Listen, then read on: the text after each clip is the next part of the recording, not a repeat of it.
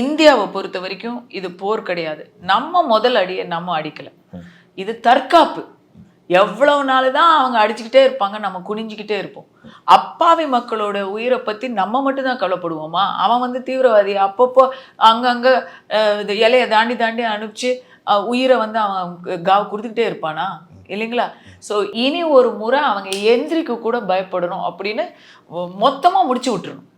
இதுக்கு மேலே அவங்களுக்கு போரெல்லாம் புரியறதுக்கு ஒன்றுமே இருக்கக்கூடாது அவங்கக்கிட்ட. ஏற்கனவே அங்கே பாதி இல்லை. இப்போ சைனாவுடைய ஆதரவில், மறைமுக ஆதரவு, சைனா, துருக்கி, இப்படி ஒரு 4-5 நாடுகள், மேபி இஸ்லாமிய வளைகுடா நாடுகள், அப்படி ஏதாவது ஒரு மறைமுக ஆதரவில் அவங்க இருக்கலாம். பட் எந்திரிக்கவே பயப்படணும் இனிமேலுக்கு. அப்படி அடிக்கிற அடியில் இனிமேல் அவங்க வந்து எந்திரிக்கவே கூடாது. அதற்கு வந்து அதுக்கு பேர் தற்காப்பு ப்ளஸ் பாதுகாப்பு.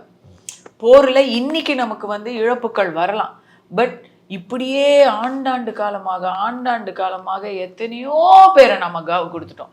இப்போ ஒரு டிசிசிவாக ஒரு முடிவு கட்டிட்டா இனிமே நம்ம நல்லா இருக்கலாம்னு சொன்னால் அந்த ஒரு பெரிய ஒரு நல்லனுக்காக ஒரு சிறிய தியாகத்தை இப்போ நம்ம பண்ணலாம் அப்படின்னு நான் நினைக்கிறேன்.